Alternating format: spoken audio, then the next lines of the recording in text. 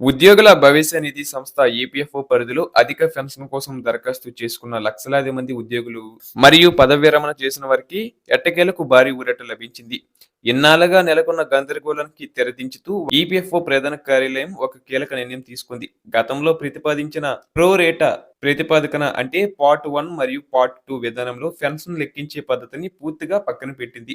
దీనికి బదులుగా ఉద్యోగుల పెన్షన్ పథకం ఈపీఎస్ 95 లోని పేరా 12 కింద పేర్కొన్న ఫార్ములా ప్రకారమే పెన్షన్ అందిస్తామని స్పష్టం చేసింది.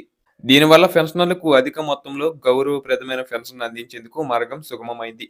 ప్రస్తుతం పెన్షన్ లెక్కింపుపై పూర్తి స్పష్టత రావడంతో ప్రాంతీయ కార్యాలయాలు దరఖాస్తు పరిశీలన ప్రక్రియను వేగవంతం చేశాయి.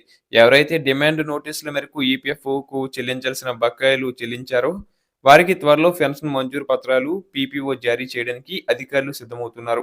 ముఖ్యంగా పదవి విరమణ చేసిన తేదీ నుండి పెన్షన్ మంజూరయ్యే రోజు వరకు రావాల్సిన నెలవారీ పెన్షన్ బకాయిలు మొత్తంపై ఆదాయపు పన్ను మినహాయింపు ఉంటుందని ప్రకటించడం నిజంగా హర్షించదగ్గ విషయం. అంతేకాకుండా దరఖాస్తుదారుల పరిశీలనలోనూ ఈపీఎఫ్ఓ మానవీయ కోణంలో వ్యవహరించనుంది. కేవలం చిన్న చిన్న ఆధారాలు లేవని లేదా పత్రాలు సరిగ్గా లేవని దరఖాస్తులను ఏకపక్షంగా తిరస్కరించబోమని స్పష్టం చేసింది. ఏవైనా పత్రాలు అవసరమైతే సంబంధిత ఉద్యోగిని లేదా యాజమాన్యాన్ని సంప్రదించి వివరాలు సేకరిస్తామని, అర్హత ఉన్న ప్రతి ఒక్కరికి న్యాయం చేస్తామని హామీ ఇచ్చింది. ఒకవేళ నిబంధనల ప్రకారం అర్హత లేకపోతే మాత్రమే తిరస్కరిస్తారు. అంటే ఈ కొత్త స్పష్టత ప్రకారం పెన్షన్ లెక్కింపులో సగటు వేతనం రిటైర్మెంట్ తేదీని బట్టి మారుతుంది. దీన్ని 3 ప్రధాన ఉదాహరణల ద్వారా వివరంగా అర్థం చేసుకోవచ్చు. అవి ఎలా అంటే, ఒక ఉద్యోగి 2014 సెప్టెంబర్ 1 కంటే ముందే పదవి విరమణ చేసి ఉంటే అతని పెన్షన్ చెల్లింపు కూడా ఆ తేదీకి ముందే ప్రారంభమవుతుంది. కాబట్టి ఆ ఉద్యోగి సర్వీసులోని చివరి 12 నెలల వేతన సగటు ఆధారంగా పెన్షన్ లెక్కిస్తారు. దీనివల్ల వారికి ఎక్కువ పెన్షన్ వచ్చే అవకాశం ఉంది. అలాగే మరో సందర్భంలో ఒక ఉద్యోగి 2014 సెప్టెంబర్ 1 తర్వాత 58 ఏళ్లు నిండి పదవి విరమణ చేసినట్లయితే లేదా 2014 సెప్టెంబర్ 1కి ముందు ఉద్యోగం మానేసిన అతని వయసు రీత్యా పెన్షన్ మాత్రం 2014 తర్వాత ప్రారంభమైతే అప్పుడు కొత్త నిబంధన వర్తిస్తుంది. వీరి విషయంలో చివరి 60 నెలల సగటు వేతనాన్ని పరిగణలోకి తీసుకుంటారు. సాధారణంగా 12 నెలల సగటు కంటే 60 నెలల సగటు తక్కువగా ఉండే అవకాశం ఉంది కాబట్టి పెన్షన్‌లో చిన్నపాటి మార్పు ఉండవచ్చు.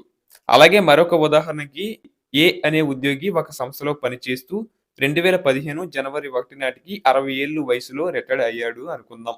ఇక్కడ గమనించాల్సిన విషయం ఏంటంటే ఈపీఎఫ్ఓ నిబంధన ప్రకారం పెన్షనబుల్ సర్వీసు 58 ఏళ్లకే ముగుస్తుంది.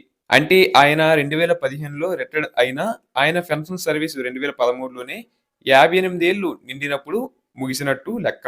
2013 అనేది 2014 సెప్టెంబర్ 1 కంటే ముందు కాబట్టి ఇతనికి పాత పద్ధతి ప్రకారమే చివరి 12 నెలల సగటు ఆధారంగా పెన్షన్ వస్తుంది. ఇది చాలా మందికి తెలియని వెసులుబాటు. అలాగే బి అనే వ్యక్తి 50 ఏళ్లకే 2012లో వీఆర్ఎస్ తీసుకొని 58 ఏళ్లు వచ్చిన తర్వాత 2020లో పెన్షన్ తీసుకోవడం మొదలుపెడితే పెన్షన్ ప్రారంభమయ్యే నాటికి 2014 దాటిపోయింది కాబట్టి ఇతనికి 60 నెలల సగటు వర్తిస్తుంది. అలాగే భవిష్యత్తులో అంటే 2030లో రిటైర్డ్ అయ్యే ఉద్యోగులకు అప్పటికి అమల్లో ఉన్న చట్టాల ప్రకారం ప్రస్తుతానికి 60 నెలల సగటు పెన్షన్ లెక్కిస్తారు. కాబట్టి ఈ మార్పులను గమనించుకొని మీ పెన్షన్ స్టేటస్‌ను చెక్ చేసుకోండి.